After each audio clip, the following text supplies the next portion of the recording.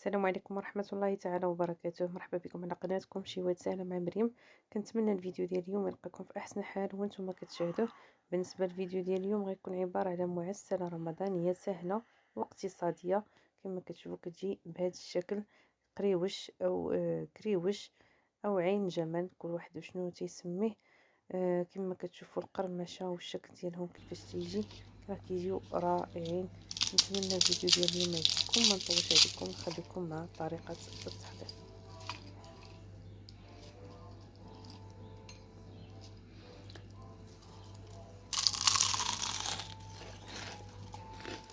ونبداو على بركة الله. هنا في واحد البول غادي نوضع 2 كيسان ديال الدقيق الابيض.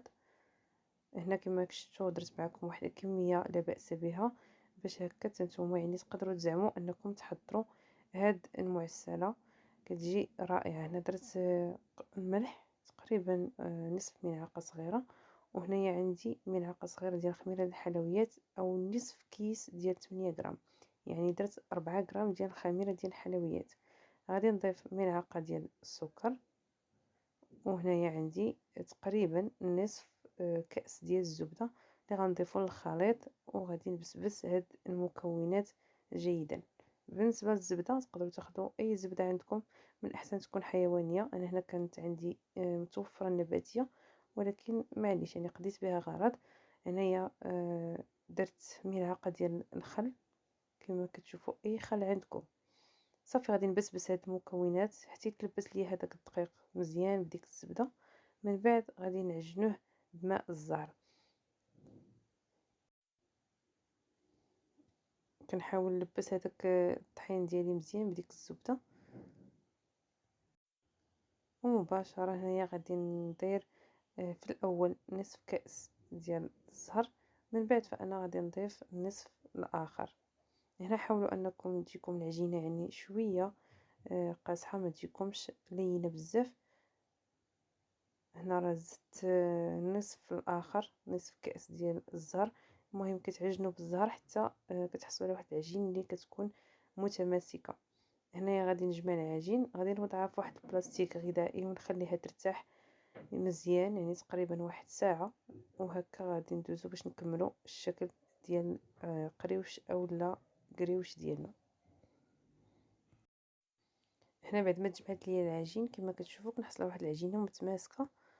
غادي نوضعها على سطح العمل ونبقى ندلك فيها تقريبا لمده ديال 5 دقائق، وغادي ندوز باش غادي نوضعها في بلاستيك غذائي ونخليها ترتاح باش هكا كتطلق لي هذاك العجين وكطاوعني ملي كنكون كنطلقها.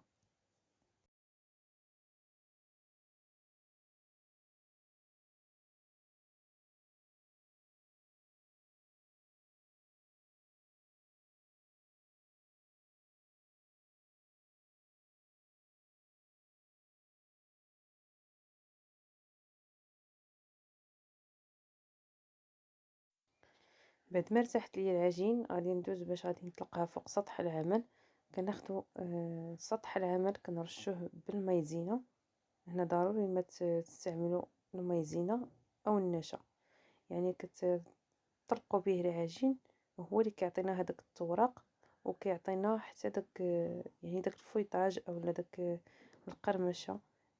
كتجينا هذيك المعسله زوينه. هنا كنستعين كما قلت لكم بالنشا، وكنطلق هذاك العجين ديالي حتى نحصل على واحد السمك رقيق بزاف. من بعد غادي ندوزو باش نكملو الطريقه.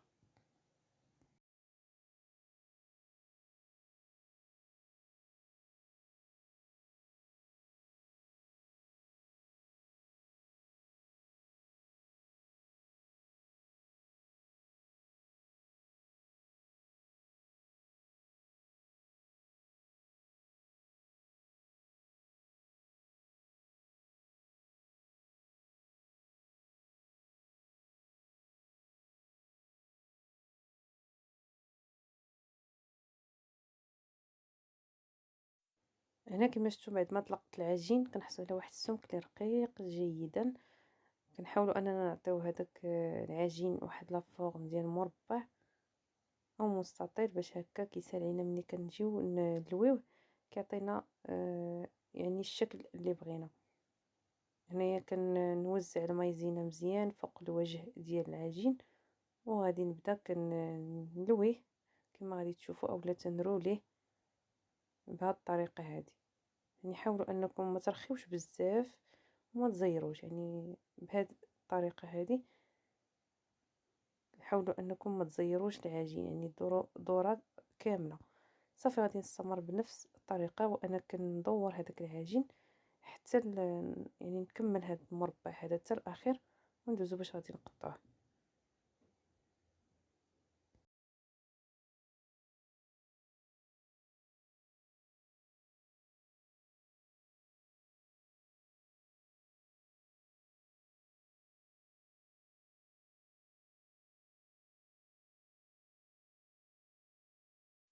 هنا كما شفتوا بعد ما لفيت العجين بهذا الشكل هذا، يعني على شكل بوده، غادي نحاول انني نقادو وصافي. غادي نبدا كنقطع بالسكين، حيدت هذوك الجوانب، من بعد كنقطع واحد يعني السمك ديال تقريبا اصبع، وكنقطع بهذا الشكل هذا. هنا كنضغط عليهم شويه لان مازال غادي نطلقوهم بالدلاك، وصافي كنقطع هذاك البودان ديالي كله ونتلاقاو باش نكملو التتمه.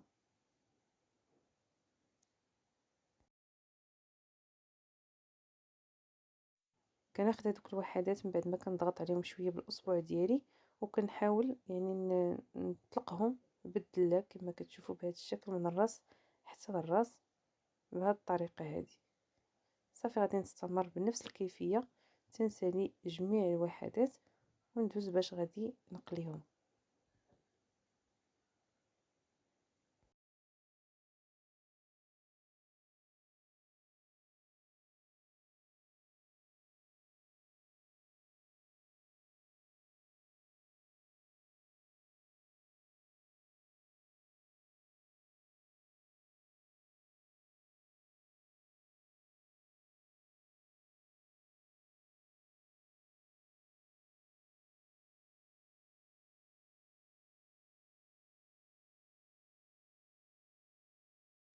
هنا في واحد المقلاة اولا الكاسرونه وضعت الزيت. بالنسبه للزيت فضروري ديروا الزيت الكافي اللي غيتقلى لكم فيه هذاك القريوش اولا هاد المعسله هذه.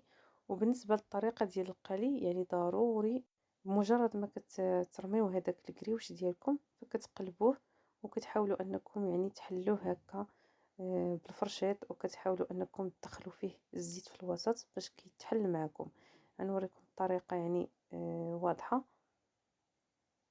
هنايا غادي نقلبو وغنحاول نوقفو. ضروري تستعنوا بالفرشيطه وبالملعقه وتحاولوا انكم تحلوه وتساعدوا تساعدوه يعني باش يتحل لكم بالفرشيطه. طريقه كنظن راها واضحه.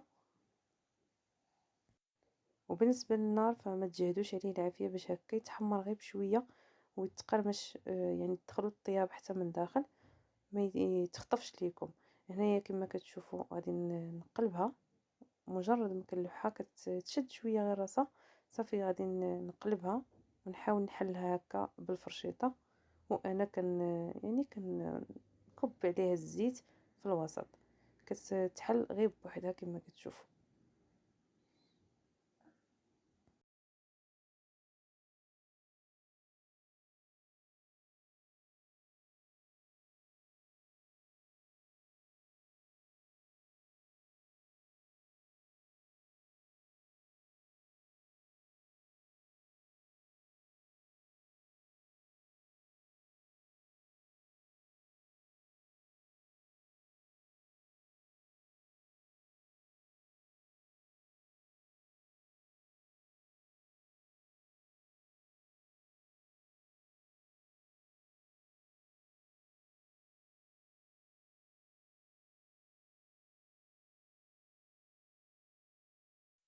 هاد المعسله كتبغي شويه الصبر لان باش تحل لكم ضروري ما انكم توقفوا عليها وتعاونوا بالفرشيطه كما كتشوفوا. كتحاولوا تخشيو هكا الفرشيطه في دوك يعني دوك التنيات، وكتحاولوا انكم تقلبوا فيها باش هكا كتحل كما كتشوفوا النتيجه. غادي نستمر نقلي الكريوش ديالي من بعد نتلاقاو باش نشوفوا الشكل النهائي ديالها من بعد ما كطيب.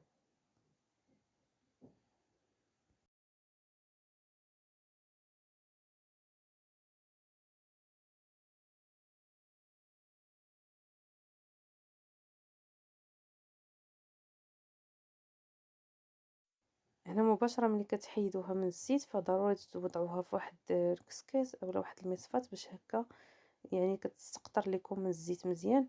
هنا من بعد انا ضفتها يعني حطيتها عفوا في واحد الكسكاس باش قطرت ليا من هذاك الزيت، لاني في الاول وضعتها في الطبسيل من بعد عاد قلبتها في واحد الكسكاس.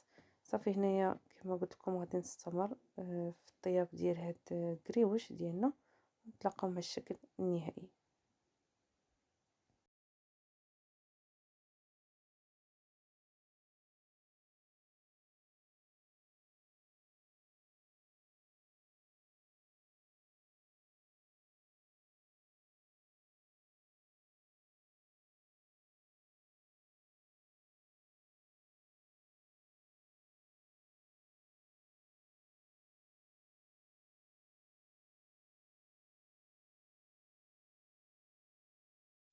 هذا الشكل النهائي ديال الكريوش او القريوش ديالنا بعد ما طاب. يعني درت ليه خطوط من العسل من الفوق، تقدروا نتوما تغطسوها في العسل الا بغيتو. فهي راه كتجي يعني هكا وكتجي يعني هي هذيك كتجي في الحلاوه. تقدروا كذلك ترشوا عليها هكا شويه ديال لوز ايفيلي اولا الكاوكاو يعني اللي كان عندكم اولا الجنجلان. صافي هنايا يعني اكتفيت بها غير هكاك. والقرمشه ديالها كما كتسمعوا راه كتجي مقرمشه وكتجي رائعه. نتمنى انها تعجبكم. وإلا عجبكم الفيديو ما تنسوش توصلوه لاكبر عدد من اللايكات. كنضرب لكم موعد الى فيديو لاحق ان شاء الله. مع السلامه.